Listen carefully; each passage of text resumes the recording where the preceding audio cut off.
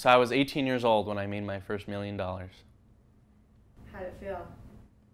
It felt pretty great. It felt great.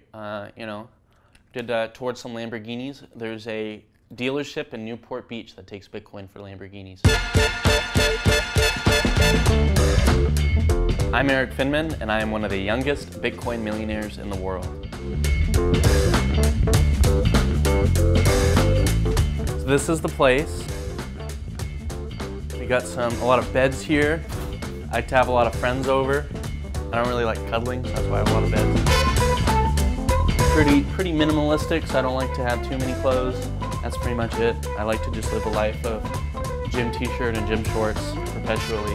Hey, you know, if you got money, why do you have to dress nice? I check my Bitcoin every 30 minutes, so I get a notification of the price. So I originally got into Bitcoin when I was just 12 years old, when it was about $10, $12 a coin. And I had one of my brothers, he really got into it, and we were very close. And then we really got into all this Bitcoin stuff. I was very fortunate enough to have kind of a grandmother. She had an extra $1,000 to give her kids for a scholarship fund. So I put that $1,000 into Bitcoin, so I was able to amass about 400 plus Bitcoins. So there you go.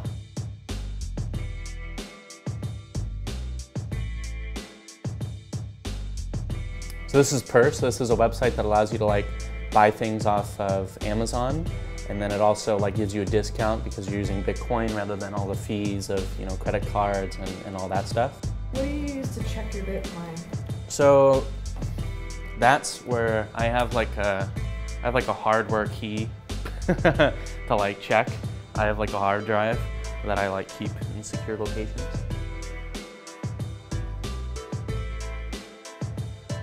Stay away from it. Stay away from Bitcoin. Well, it's a mirage, basically. It is a disruptive technology. It's not regulated. It can't be tracked, and it tends to attract people who are doing illegal things. There are a couple people, kind of top politicians, some Wall Street people. They're saying that Bitcoin is not going to work out, and Bitcoin is kind of used for bad things.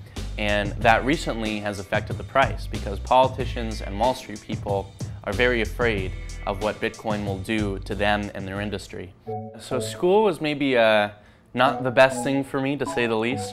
I didn't really particularly enjoy it. I had a lot of teachers that were maybe not the most positive.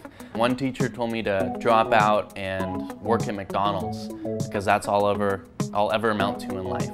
So I left, I dropped out when I was 15, and I went to start an education company that would help people learn better. It was to give people access to good teachers if you didn't have any locally. I wonder how I came up with that idea. People ever call you Smarty Pants?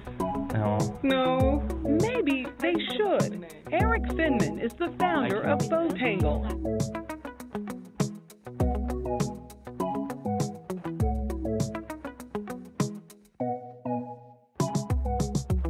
I think you can learn 1,000 million times more on the internet than in a classroom. Everything is there for you. You just need to have the motivation. Most people think that they have to go through this traditional path and they have to do this, and I'm kind of more aware that that's maybe not so much the case. I think about how can I completely do something my way. So if this is the traditional way of doing it, if I thought about how to redo this from scratch, how could I do that? And I think career, that was one, school, that was two, three, kind of currency, Bitcoin and all that stuff.